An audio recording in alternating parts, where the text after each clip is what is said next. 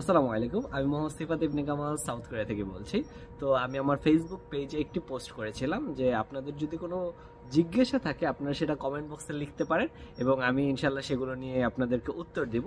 তো আমি চেয়েছিলাম যে 5 তারিখ পর্যন্ত যারা পোস্ট কমেন্ট করেছেন তাদেরকে নিয়ে ভিডিওটা করতে এবং যাদের প্রশ্ন আছে তাদেরকে নিয়ে আসলে ভিডিওটা করতে। তো সেই ভিডিওটা করার জন্য আমি আজকে আসলে এখানে বসেছি এবং সেই প্রশ্নগুলোরই উত্তর দেওয়ার চেষ্টা করব। মানে এই পোস্টের যে লিঙ্কটা ছিল সেই লিঙ্কটা আমি আমার ইউটিউবে দিয়েছিলাম এবং সেখান থেকে বেশ কিছু মানুষ এসে এই পোস্টে কমেন্ট করেছে। তো সবাইকে ধন্যবাদ। প্রথমে যে প্রশ্ন করেছেন সে হলো এমডি আরিফুল ইসলাম। সে লিখেছেন যে অ্যাপ্লিকেশন পিরিয়ড শুরু থেকে শেষ, ফল অ্যান্ড সামারের শুরু থেকে শেষ এম্বাসি ফেস পর্যন্ত পুরো টাইমলাইনের একটা সামারি চাই। তো ভাইয়া পুরো টাইমলাইনে যদি বলেন, আপনি প্রথমে আপনার অ্যাপ্লিকেশন করা লাগবে ইউনিভার্সিটিতে। অ্যাপ্লিকেশন করার পরে আপনার পরবর্তী যে কাজটা সেগুলো হলো যে অ্যাটাস্টেশন করা। আপনার অ্যাপ্লিকেশন পিরিয়ড চলার মধ্যে আপনি অ্যাটাস্টেশনগুলো কমপ্লিট করে ফেলবেন। কোত্থেকে অ্যাটাস্টেশন করতে হয়, আপনাকে প্রথমে করতে হবে আপনার এডুকেশন বোর্ড থেকে। ঠিক আছে, সেই এডুকেশন বোর্ড থেকে কী কী কাগজগুলো অ্যাটাস্টেশন করতে হবে? এডুকেশন বোর্ড থেকে অ্যাটাস্টেশন করতে হবে আপনার সার্টিফিকেট এবং আপনার যে মার্কশিটগুলো আছে সেগুলোর ফটোকপি, 3 কপি করে ফটোকপি আপনার অ্যাটাস্টেশন করতে হবে। দেন আপনার যেতে হবে ফরেন মিনিস্ট্রিতে, এডুকেশন মিনিস্ট্রিতে। এডুকেশন মিনিস্ট্রি থেকে যাওয়ার পরে এই দুইটা জায়গা থেকে অ্যাটাস্টেশন করার পর আপনার যেতে হবে ফরেন মিনিস্ট্রিতে। ফরেন মিনিস্ট্রিতে অ্যাটাস্টেশন করার পর সেগুলো নিয়ে যেতে হবে কোরিয়ান এম্বাসিতে এবং সেখানে কাগজগুলো অ্যাটাস্টেশন করা লাগবে। তারপর আপনি অ্যাটাস্টেশন করার পর্ব হয়ে গেলে আপনার তখন এর মধ্যে আসলে ইউনিভার্সিটি ইন্টারভিউর একটা ডেট হয়ে যাবে। তো ইউনিভার্সিটি ইন্টারভিউর জন্য একটা প্রিপারেশন নেবেন। ইউনিভার্সিটি ইন্টারভিউতে কি কি প্রশ্ন হতে পারে সেটা সংক্রান্ত আমার একটা ভিডিও আছে, তো সেই ভিডিওটা দেখলে আপনারা আইডিয়া পেয়ে যাবেন। তারপর ইউনিভার্সিটি ইন্টারভিউর পরে আপনারা পরবর্তী ধাপের জন্য নোটারি কাগজপত্রগুলো নোটারি করা শুরু করে দিবেন এবং আপনাদের যে এনওসি আছে, নোটারি আছে, সেগুলোর কাজ শুরু করে দিবেন। শুরু করার মধ্যে আপনার অ্যাম্বাসির ডেট চলে আসবে, মাঝখানে অবশ্যই অ্যাম্বাসির ডেট নেবেন। তো অ্যাম্বাসির ডেট আসার পরে আপনারা অ্যাম্বাসি ফেস করবেন। অ্যাম্বাসি ফেস রিলেটেড এবং অ্যাম্বাসি কোশ্চেন রিলেটেড আমার একটা ভিডিও আছে, সেটাও দেখতে পারেন। ঠিক আছে, তো অ্যাম্বাসির মধ্যে আপনারা সব কাগজপত্রগুলো সংগ্রহ করে আপনারা নিয়ে যাবেন। কি কি কাগজ সংগ্রহ করতে হয় সেটা সম্পর্কিত আমি ভিডিও দিয়েছি। তো আপনাদের হেল্পের জন্য আমার আসলে সবগুলো পার্টের ভিডিওই দেওয়া আছে। তো সেই ভিডিওটা আপনারা দেখতে পারেন যে কি কি কাগজপত্রগুলো আপনার জোগাড় করতে হবে। এই সমস্ত কাগজপত্রগুলো নিয়ে আপনি অ্যাম্বাসি ফেস করবেন। অ্যাম্বাসি ফেস করার পর সেখানে আপনার যদি ভিসা অ্যাপ্রুভাল আসে আপনি জাস্ট প্লেন বুকিং দিবেন অর্থাৎ টিকিট কাটবেন এবং then come to Korea. Very easy, but not that easy. বিষয়টা হলো এমন। তারপর আবু বকর সিদ্দিক লিখেছেন যে after completed bachelor with business administration, is it good for me to set any business in South Korea? What about the regulation for business? আচ্ছা ভাইয়া, এখানে আপনার ব্যাচেলার্স ডিগ্রি নেওয়ার পর সেটা আইদার বিজনেসে হোক, সেটা আইটি বা সেটা সায়েন্স রিলেটেড হোক, সেটা আর্টস রিলেটেড হোক, আপনি যেই মেজর থেকেই ব্যাচেলার্স কমপ্লিট করবেন, তারপর না এখানে আসলে বিজনেস করা যায়, বাট আপনার কিছু ক্রাইটেরিয়া আছে। আপনাকে আপনার ভিসা স্ট্যাটাস চেঞ্জ করতে হবে। ঠিক আছে, আপনি যখন এখানে ব্যাচেলার বা মাস্টার্সের জন্য আসবেন তখন আপনি D2 ভিসায় আসবেন, স্টুডেন্ট ভিসায়। স্টুডেন্ট ভিসা আসার পরে আপনার ভিসাটা নিয়ে মোটামুটি বেশ কিছু বছর পড়ালেখা করা লাগবে। দেন আপনি ল্যাঙ্গুয়েজ শিখে আরও কিছু পয়েন্ট আছে সেগুলো কালেক্ট করে দেন আপনি E7 ভিসায় মুভ করতে পারবেন। ঠিক আছে, তো E7 ভিসা থেকে যখন আপনি আরও কিছু বছর কাটিয়ে এক্সপিরিয়েন্স গ্যাদার করে, পয়েন্ট গ্যাদার করে, ল্যাঙ্গুয়েজ আপগ্রেড করে, ঠিক আছে, যখন F2 ভিসা বা F5 ভিসায় কনভার্ট করতে পারবেন তখন আসলে আপনি বিজনেস করতে পারবেন। আর F5 ভিসাটা হলো পার্মানেন্ট রেসিডেন্টশিপ ভিসা। তো আপনি ওইটা পেলে আপনি শুধু বিজনেস না, কোরিয়ার আপনি পাসপোর্ট পেয়ে যাবেন এবং কোরিয়াতে আপনি লং টাইম বা পার্মানেন্টলি বসবাস করতে পারবেন। এই হলো বিষয়। তো হ্যাঁ, তবে সেটার জন্য আপনাকে বেশ কিছু টাইম দিতে হবে। তো আমরা আসলে পিআর নেওয়ার জন্য এত বেশি টাইম সাউথ কোরিয়াতে দিতে আমি পার্সোনালি রেকমেন্ড করি না। পার্সোনালি বলি যে অন্য দেশে এর মধ্যে চলে যাওয়াটা বেটার। তবে সাউথ কোরিয়া আমার মতে আপনি এমন একটা কান্ট্রি যেটাতে আপনি এসে বেশ কিছু টাকা আপনি কালেক্ট করতে পারবেন অন্য দেশে যাওয়ার জন্য, আমার মতামত অনুযায়ী। তবে হ্যাঁ, অনেক মানুষ এখানে পিআর নিয়েছে এবং অনেক মানুষ আসলে এখানে বসবাস করতে চায়। তো দ্যাটস ইট, এটা আসলে পার্সোনাল অপিনিয়নের উপর নির্ভর করছে। তারপর ভাইয়া আরেকজন ভাইয়া লিখেছেন হামিদ হোসেন, ভাই কি করে কোরিয়া ইজিলি পিআর পাওয়া যায়? আসলে ভাইয়া কোরিয়াতে ইজিলি পিআর পাওয়া যায় না। পিআর সিস্টেমটা কোরিয়াতে বেশ ঝামেলাপূর্ণ এবং বেশ কঠিন। ঝামেলাপূর্ণ বলতে বেশ হার্ড আর কি। তো আপনি এর জন্য প্রথমে আপনি যেই ভিসায় আসবেন সেই ভিসা থেকে কনভার্ট করতে হবে E7 ভিসায়। E7 থেকে আপনাকে পর্যায়ক্রমে পয়েন্টস কালেক্ট করতে হয়, আপনার রেকর্ডস ভালো থাকতে হয়। তো সবকিছু মিলিয়ে না আসলে পিআর পর্যন্ত যাওয়া বা F5 পর্যন্ত যাওয়া আসলে একটু ক্রিটিক্যাল এবং বেশ 8, 10, 15 বছর লেগে যায়। তো ইটস ভেরি হার্ড, বাট হ্যাঁ, আপনার যদি ইচ্ছে থাকে ইনশাল্লাহ আপনি পারবেন। আপনার ধৈর্যের পরীক্ষা দিতে হবে এবং আপনাকে একটি কঠিন পথ অতিক্রম করতে হবে, ইজিলি পাওয়া সম্ভব না। আবু বকর সিদ্দিক ভাই আরেকটা প্রশ্ন করেছেন যে is Korean government allow to buy a car when I compare first year of my bachelor program were European country allow students to bought new car. আচ্ছা ভাইয়া, আপনি এখানে 1 বছর পর কিনা লাগবে না, আপনি এখানে এসেই কার কিনতে পারবেন। আপনার যদি এআরসিটা মোটামুটি পেয়ে যান তাহলে আপনি এখানে এসে কার কিনতে পারবেন। সেটা অলমোস্ট 2 মাস লাগে, আই গেস 2 মাস আপনার এআরসিটা পেতে লাগে। তো আপনি এরপরে আসলে কার কিনতে পারবেন, it's not a big deal. এবং কোরিয়াতে আপনার ইনকাম যদি মোটামুটি ভালো থাকে তাহলে car is not a big deal. আপনি কার কেনাটা খুব সহজ সাউথ কোরিয়াতে। এবং ইনশাল্লাহ আমারও প্ল্যান আছে, তো লেটস সি কবে কিনা যায়। আমি যদিও ড্রাইভিং পারি না, তো আমিও সব কিছু নিয়ে আসলে ভাবছি, লেটস সি কবে আমার ভাগ্য হয়। তো আরিশ খান লিখেছেন, ভাইয়া সেলফ অ্যাপ্লিকেশনে A to Z প্রসেস সম্পর্কে বলতেন। আমার 4 ইয়ার গ্যাপ আছে, নাও ইট পসিবল প্লিজ। আচ্ছা, 4 ইয়ার গ্যাপ, আমি ভাইয়া 5 ইয়ার গ্যাপ নিয়ে সাউথ কোরিয়াতে এসেছি। তো আমি বলতে পারি যে 4 ইয়ার গ্যাপ নিয়ে আপনি চেষ্টা করতে পারেন, ইনশাল্লাহ ভালো কিছু হবে। আর সেলফ অ্যাপ্লিকেশন সম্পর্কে আমার এই একটা ভিডিও দেওয়া আছে, এই ভিডিওটা A to Z বলা আছে, কি কি প্রসেস লাগবে, কি কি কোন ধাপের পর কোন ধাপ করা যাবে বা করা লাগবে। তো এই ভিডিওটা দেখে আপনি হেল্প নিতে পারেন। লাবিব হাসান ভাইয়া লিখেছেন, ভাইয়া কোন ইউনিভার্সিটিতে কয়দিন ক্লাস হয় উইকে? এইটা কখনো ভাইয়া নির্দিষ্ট না। লাইক আমি আমার ইউনিভার্সিটির কথা যদি আপনাকে বলি, আমরা যখন এসেছিলাম আমরা সপ্তাহে 4 দিন ক্লাস করেছি। বাট আমাদের পরবর্তীতে যে ব্যাচটা এসেছে তারা সপ্তাহে 2 দিন ক্লাস করেছে, এবং এখন যে ব্যাচটা এসেছে তারা সপ্তাহে 1 দিন ক্লাস করছে। সো এটা কখনোই বলা পসিবল না যে কোন ইউনিভার্সিটি এক্স্যাক্টলি কয়দিন ক্লাস হয়, তবে গড়ে অ্যাভারেজে 2 থেকে 3 দিন প্রত্যেকটা ইউনিভার্সিটিতে ক্লাস হয়।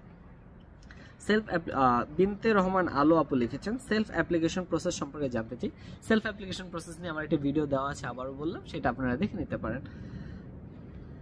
এমডি আব্দুল্লাহ ভাই লিখেছেন, ইউওয়ে অ্যাপি ওয়েবসাইট ব্যবহার করে একটি অ্যাপ্লিকেশনের ভিডিও চাই। ইনশাল্লাহ আমি এটা নিয়ে ভিডিও দিব, বাট এটা যখন অ্যাপ্লিকেশন প্রসেসটা শুরু হবে না ভাইয়া, তখন আসলে দিলে বেটার হয়। এখন আসলে অ্যাপ্লিকেশন প্রসেস অনেকটা এগিয়ে গিয়েছে। তো ইউওয়ে অ্যাপি নিয়ে আপনাদের একটি ভিডিও আমারও দেওয়ার ইচ্ছা আছে, বাট দেখা যাক কবে আসলে দেওয়া যায়, সম্ভব হয়। তারপর উনি লিখেছেন, কোরিয়াতে যাওয়ার পর জব খুঁজবো কিভাবে? জব খোঁজার জন্য আমার একটা ভিডিও দেওয়া আছে। তারপর আমি এখানে বলছি যে জব যদি আপনারা খুঁজতে চান, এখানে কিছু অ্যাপ্লিকেশন আছে, কিছু ওয়েবসাইট আছে, সেই ওয়েবসাইটগুলো থেকে আপনারা জব খুঁজতে পারেন। লাইক আলবামুন, আলবাচিঙ্গো, সারামিন, ঠিক আছে, এই ধরনের অনেকগুলো ওয়েবসাইট আছে, ক্যারট, এগুলো থেকে না আপনারা জব খুঁজতে পারেন। প্লাস এখানে বিভিন্ন আরাবাইট অফিস থাকে, সেখানে গিয়েও আপনারা আপনাদের নাম এন্ট্রি করতে পারেন এবং তারা একদিনের জবগুলো দিয়ে থাকে। এভাবে আসলে এখানে জবটা খুঁজতে হয়। তারপর উনি আবার লিখেছেন যে কোরিয়াতে কিভাবে একটি কভার লেটার লিখবো সেটা নিয়ে একটি টিপস চাই। তো এটা নিয়ে আমি একটি আসলে পুরো ভিডিও বানানো যদি পসিবল হয়, আমি পুরো ভিডিও বানাবো আপনার জন্য। তবে অবশ্যই আপনি চেষ্টা করবেন যে ফার্স্ট ক্লাস মানের যাতে কোনো কভার লেটার হয়, এবং সেটা যাতে কোথাও থেকে কপি না হয়। কপি হলে আসলে ভিসার ক্ষেত্রে অনেক সময় একই রকম কভার লেটারগুলো আসলে রিজেকশনের একটি কারণ হয়ে দাঁড়াতে পারে। সো আপনার জন্য বেটার হবে যদি আপনি একটি ইউনিক কভার লেটার লিখতে পারেন। সেটা নিয়ে আমি একটি ভিডিও বানাবো, বা আমি একটি কভার লেটার বানিয়ে আপনাদের দেখাবো যে কীভাবে একটি সুন্দর কভার লেটার বানাতে হয়। তারপর আরেকটা লিখেছেন যে ভাষা শেখার জন্য প্রপার একটি গাইডলাইন, এটা নিয়ে অবশ্যই পারলে একটি ভিডিও দেবেন। আচ্ছা ভাইয়া, ভাষার জন্য আসলে কিভাবে একটি গাইডলাইন আমি যেভাবে ফলো করেছি ভাষা শেখার জন্য, সেটা হলো যে আমি ওয়ার্ড মিনিংগুলো শিখেছি প্রথমে। তো আমি টপিক 3 লেভেল পর্যন্ত যে ওয়ার্ড মিনিংগুলো আছে সেই ওয়ার্ড মিনিংগুলো আগে শিখে ফেলেছি। তারপর আসলে এখন ওরা কথা বললে আমি বেশ কিছু কথা ধরতে পারি। তো ওয়ার্ড মিনিং জানা থাকলে আসলে আপনি কনভারসেশনটা মোটামুটি বুঝতে পারবেন যে কি সম্পর্কিত হচ্ছে। তো এইটা আরও বেশি হেল্পফুল। আর তারপর আপনি চাইলে গ্রামারগুলো শিখে আপনি প্রপারলি একটি টপিক পরীক্ষা দিয়ে আপনার টপিক লেভেল আপগ্রেড করে ফেলতে পারেন। তারপর ভাইয়া লিখেছেন যারা এক গ্রুপ চেঞ্জ করে অন্য গ্রুপের সাবজেক্ট মানে অন্য সাবজেক্টে যেতে চায় তাদেরকে ভিসার ক্ষেত্রে কোনো জটিলতার সৃষ্টি হয় কিনা? একদমই না ভাই, আপনি এক গ্রুপ থেকে আরেক গ্রুপে ইজিলি মুভ করতে পারবেন, সেটা নিয়ে ইনশাল্লাহ সমস্যা হয় না। বা আপনি এখানে এসেও সাবজেক্ট চেঞ্জ করে, লাইক আপনি আইটিতে আসলেন, দেন আপনার ভালো লাগছে না আইটি পড়তে, তো এক সেমিস্টার পর আপনি আবার এখানে এসেও চেঞ্জ করে ফেলতে পারবেন। তো এটা কোনো বড় কোনো ইস্যু না। রাব্বি ইসলাম ভাই লিখেছেন প্রথমে সার্টিফিকেট বোর্ড ফরেন মিনিস্ট্রি থেকে সত্যায়িত করে সব ডকুমেন্ট কি নোটারি করতে হয়? সার্টিফিকেট, এনআইডি, তারপর কি certificates, NID, passport, birth certificate, parents NID, trade licence et cetera, তারপর কি সার্টিফিকেট সাউথ কোরিয়া এম্বাসি থেকে আর সত্যায়িত করতে হয়? জি ভাই, সার্টিফিকেট আসলে আপনি 3টা মানে বোর্ড, মিনিস্ট্রি, 2টা মিনিস্ট্রি থেকে সত্যায়িত করার পরে সার্টিফিকেটসগুলো আবার যে আপনার এম্বাসি থেকে সত্যায়িত করতে হয়। তারপর শাহরিয়ার হোসেন ভাই লিখেছেন আমাদের কোন কোন সার্টিফিকেট অ্যাটাস্টেশন করতে হয়, কোন কোন মিনিস্ট্রি থেকে করতে হয়? আচ্ছা ভাই, এটা নিয়ে আমি আবারও বলছি, এটা নিয়ে আমি একবার কথা বলেছি, তারপরে বলছি। আপনারা সার্টিফিকেটস এবং মার্কশিটের ফটোকপি এবং মেইন কপিগুলো নিয়ে প্রথমে যাবেন এডুকেশন বোর্ডে, তারপর যাবেন এডুকেশন মিনিস্ট্রিতে, তারপর যাবেন হলো ফরেন মিনিস্ট্রিতে, তারপর যাবেন হলো আপনার এম্বাসিতে। ঠিক আছে? তো এডুকেশন মিনিস্ট্রি আর ফরেন মিনিস্ট্রিতে আপনারা মোস্টলি যাওয়ার চেষ্টা করবেন সকাল 8টা-9টার মানে 9টা-8টার মধ্যে এখানে থাকার চেষ্টা করবেন, কারণ এটাতে আসলে 10টার পর বা 11টার পর কাজ করে না। তো যত সকাল সকাল আর্লি পসিবল ওইখানে গিয়ে অ্যাটাস্টেশন করে ফেলতে পারবেন। দুইটাই আই থিঙ্ক দুইটাই আপনার একই কাছাকাছি জায়গায় অবস্থিত, সো পল্টনের আশপাশে অবস্থিত। সো এটা বেটার যে 8টা-9টার মধ্যে গিয়ে অ্যাটাস্টেশনগুলো করে ফেলা। পিয়াস হ্যাঁ ভাইয়া লিখেছেন কোরিয়াতে যাবার 6 মাস পর কি ভার্সিটি চেঞ্জ করা যায়? আমি যদি দেশ থেকে আইএলটিএস দেওয়ার পাশাপাশি কিছুটা ভাষা শিখিয়ে কোরিয়াতে টপিক দিয়ে অন্য সাবজেক্টে অন্য ভার্সিটিতে ভর্তি হতে চাই, এটা পসিবল? মোস্টলি পসিবল ভাইয়া। মোস্টলি এক ইউনিভার্সিটি থেকে এক সেমিস্টার পর আরেক ইউনিভার্সিটিতে মুভ করা পসিবল, বা 1 বছর পর মুভ করা পসিবল। বাট কিছু ইউনিভার্সিটি আসলে পারমিট করে না। লাইক আমাদের ইউনিভার্সিটি এখন পর্যন্ত আমি কাউকে দেখিনি এই বিষয়টা সম্পর্কে পারমিট করতে বা পারমিশন দিতে যে তুমি অন্য ইউনিভার্সিটি যেতে পারবা। বেশ কিছু স্টুডেন্ট চেয়েছিল বাট যেতে পারেনি। বাট আমার পরিচিত অনেক ইউনিভার্সিটির ভাই ব্রাদার্স আছে যারা এক ইউনিভার্সিটি থেকে অন্য ইউনিভার্সিটিতে মুভ করেছে। তো it's very much possible. Faisal Parvez ভাই লিখেছেন ভাইয়া কোরিয়া থেকে জিকে স্কলারশিপের জন্য কোনভাবে অ্যাপ্লাই করলে ভালো হয়? এম্বাসির মাধ্যমে নাকি ডিরেক্ট ইউনিভার্সিটির মাধ্যমে? এই দুইটার মধ্যে ডিফারেন্সটা কি, বেনিফিট কি, কেন সবাই ডিরেক্ট ইউনিভার্সিটিতে অ্যাপ্লাই করে ব্যাচেলারের জন্য? আচ্ছা ঠিক আছে ভাই। আচ্ছা দেখেন, জিকেএস ইজ ক্রিটিক্যাল টার্ম। কেন ক্রিটিক্যাল বলছি? জিকেএস থেকে খুব কম স্টুডেন্ট আসে। লাইক পুরো বাংলাদেশ থেকে সব মিলিয়ে হয়তো 30 থেকে 32 জন স্টুডেন্ট আসতে পারবে ফুল কোরিয়াতে জিকেএসে, by government by embassy, by university, দুইটা প্রসেস মিলিয়ে মাত্র 30 থেকে 32 জন স্টুডেন্ট সাপোজ আসতে পারবে। ঠিক আছে? তো ফুল বাংলাদেশ থেকে 30 জন স্টুডেন্টের মধ্যে আসা আসলে it's a very hard term. ঠিক আছে? আপনি খুব কঠিন এটাতে আসা। তবে হ্যাঁ, এর জন্য ইউনিভার্সিটির ট্র্যাকে আসা ভালো ডিরেক্টলি, কারণ আপনি সেখানে ডিরেক্টলি আসতে পারবেন এবং ভিসা আসলে অনেক বেশি মানুষের হয়, অনেক বেশি মানুষ। লাইক প্রতি বছর কয়েকশো মানুষ বা হাজার খানেক মানুষ সম্ভবত কোরিয়াতে আসে স্টাডির জন্য। তো কয়েকশো মানুষই বলা যায় যে আসে। তো এটাতে খুব বেশি মানুষ আসে, বাট জিকেএসে আসলে আপনি অনেক কম স্টুডেন্ট আসে। তো এটা হলো একটা বড় বিষয়। আর ইউনিভার্সিটির ট্র্যাক আর এম্বাসি ট্র্যাক দুটার মধ্যে পার্থক্য হলো বা ইউনিভার্সিটির ট্র্যাক থেকে বেশ কিছু মানুষ আসতে পারে। ইউনিভার্সিটি ট্র্যাক থেকে বেশিরভাগ স্টুডেন্ট আসে জিকেএসে, বাট এম্বাসি ট্র্যাক থেকে খুবই সামান্য মানুষ আসতে পারে। এই দুইটাই হলো ডিফারেন্ট, মানে মেইনলি টার্ম। ইউনিভার্সিটি ট্র্যাকগুলো ইউনিভার্সিটি দ্বারা বেশিরভাগ ক্ষেত্রে মনিটর হয়, বাট এম্বাসি ট্র্যাকগুলো ইটস লাইক ইউনিভার্সিটি ট্র্যাক থেকে এরা আসলে মনিটর হয় না। তারপর আর ভাইয়া লিখেছেন অল সাউথ কোরিয়া ইউনিভার্সিটি অ্যাপ্লিকেশনের জন্য সেম ওয়েবসাইট নাকি ডিফারেন্ট ওয়েবসাইট? আচ্ছা, সেম ওয়েবসাইট না ভাই, এটা ডিফারেন্ট ওয়েবসাইট, ডিফারেন্ট ইউনিভার্সিটির জন্য ডিফারেন্ট ওয়েবসাইট অবশ্যই, এবং আপনি ডিফারেন্টভাবে এগুলোর জন্য অ্যাপ্লাই করতে হয়। সাইদ হাসান লিখেছেন, হাইয়াং ইউনিভার্সিটিতে অ্যাডমিশন পাওয়া কি বেশ কঠিন নাকি সেজং ইউনিভার্সিটিতে অ্যাডমিশন পাওয়া বেশ কঠিন?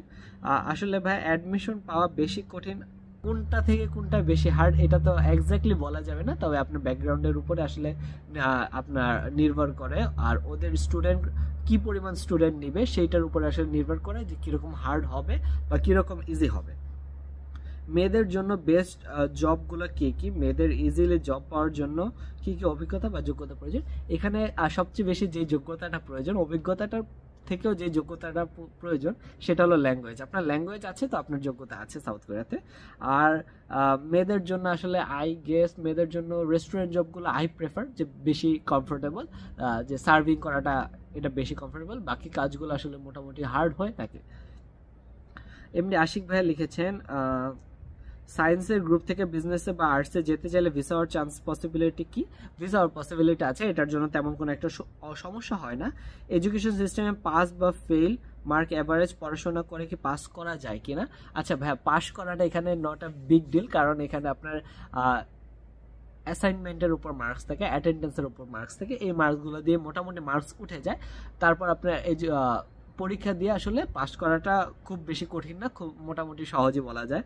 তো সেমিস্টার ফেল করলে কি ইমিগ্রেশন থেকে প্রবলেম হবে? হ্যাঁ ভাই, অবশ্যই ইমিগ্রেশন থেকে প্রবলেম হবে ফেল করলে। সেটা হলো যে আপনি সাথে সাথে বুঝবেন না, এটা বুঝবেন যখন আপনার ভিসা এক্সটেনশন হবে বা আপনি যখন এক ভিসা থেকে আরেক ভিসা কনভার্ট করতে যাবেন, তখন আসলে এগুলো নিয়ে প্রবলেম হয়। স্টুডেন্টদের জন্য এলিয়ান কার্ড যে দেয় এটা কতদিন পরে দেয়? এটা পেতে পেতে অলমোস্ট 2 মাসের মতো লেগে যায়। তারপর আরাফাত ভাই লিখেছেন, ডংশন ইউনিভার্সিটির ভালো দিক খারাপ দিক, job opportunity, global management subject আছে কিনা, এগুলো নিয়ে একটি প্রশ্ন করেছেন উনি। তো দেখেন, ডংশন ইউনিভার্সিটির ভালো দিক হলো ডংশন ইউনিভার্সিটি আপনার মোটামুটি স্টুডেন্ট ফ্রেন্ডলি, ঠিক আছে। আপনার যদি কিছু ক্ষেত্রে আমরা তো মোস্টলি এখানে ইনকামের জন্য আসি, তো মোস্টলি বলতে সাউথ কোরিয়াতে যারা যে স্টুডেন্টরা আসে তারা পড়াবার বা সার্টিফিকেটের পাশাপাশি ইনকামের দিকটাও খুব ভালোভাবে দেখে।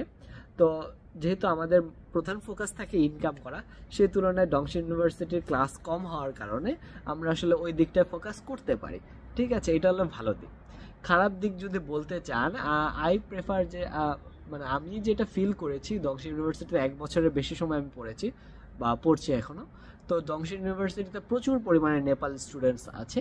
তো এটা ভাইয়া ইন্টারন্যাশনাল ইউনিভার্সিটি থেকে নেপালি ইউনিভার্সিটি বেশি লাগবে, কারণ আপনি ক্লাসে দেখবেন যে আপনারা 3-4 জন হয়তো বা 7-8-10 জন হয়তো অন্য দেশের বসে আছেন, বাকি সবই আসলে নেপালি ভাইয়া। 60-70 জন নেপালি, আপনার 10 জন দেখা যায় অন্য দেশে। তো এটা ইন্টারন্যাশনাল ইউনিভার্সিটি থেকে নেপালি ইউনিভার্সিটি বেশি মনে হয় আমার কাছে। তো এই জিনিসটা আমার খারাপ লাগে, কারণ নেপালিদের সাথে আমাদের আন্তরিকতা ভালো হলেও আসলে যখন খুব বেশি নেপালি স্টুডেন্ট হয়ে যায় তখন আসলে আমাদের মেন্টালিটি তো সব জায়গাতে মিলে না ভাই। তো এই জায়গাতে আমার একটু খারাপ লাগে। এই হলো ডংশনের ভালো দিক আর খারাপ দিক। আর হোটেল ট্যুরিজম, হ্যাঁ এই সাবজেক্ট আছে, এখনও চালু হয়নি, বাট এই সেমিস্টার থেকে আই গেস যতটুকু শুনেছি আমি চালু হয়ে যাবে। বেশ কিছু স্টুডেন্টও আছে এই সাবজেক্টের। তো এই হলো বিষয়। তো ধন্যবাদ, আজকের ভিডিওটা এই পর্যন্তই। আপনার ভিডিওটা অনেক লং হয়ে গেছে, আই এম ভেরি সরি। আজকের ভিডিওটা এই পর্যন্তই। সবাই ভালো থাকবেন, আসসালামু আলাইকুম।